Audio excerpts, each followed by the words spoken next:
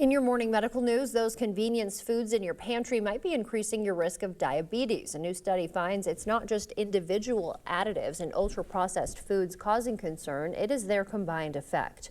Researchers discovered certain clusters of additives commonly used together may significantly raise type 2 diabetes risk. This is particularly alarming since nearly 70% of all grocery store food in America is ultra-processed. Experts say current food safety regulations only consider additives individually.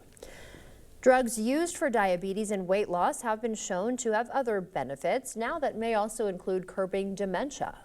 What we're seeing is there's this underlying mechanism of damage to blood vessels, inflammation, which is what's driving many of the chronic diseases we see, whether that's heart disease, kidney disease, damage to the brain, which can lead to stroke or dementia. So it makes sense that these medications may potentially have this effect.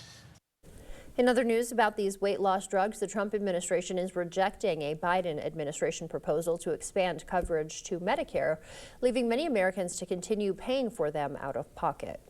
The standard of care could be changing when it comes to treating a child with a concussion. CBS's Danya Bacchus shows us why some doctors are encouraging patients to return to normal routines sooner rather than later.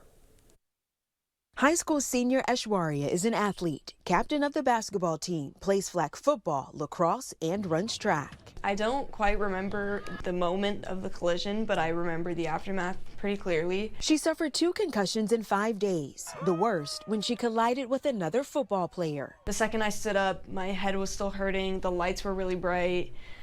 I was sensitive to the noise in the stadium. Nearly 2 million young athletes experience concussions each year.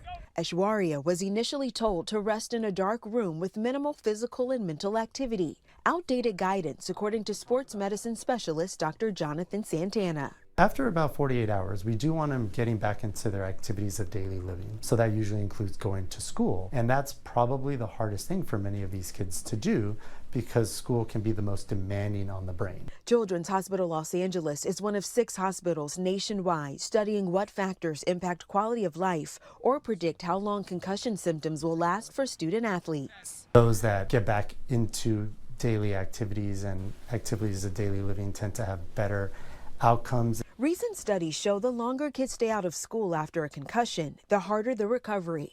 Dr. Santana says giving them a modified workload, extra time to turn in assignments, and light aerobic activity like walking is key. He told me you can't limit yourself, you have to go back to your life, you have to build your confidence up again. Aishwarya says her recovery took off after seeing Dr. Santana. She was cleared to return to sports after 3 months and recently played in her league's All-Star game.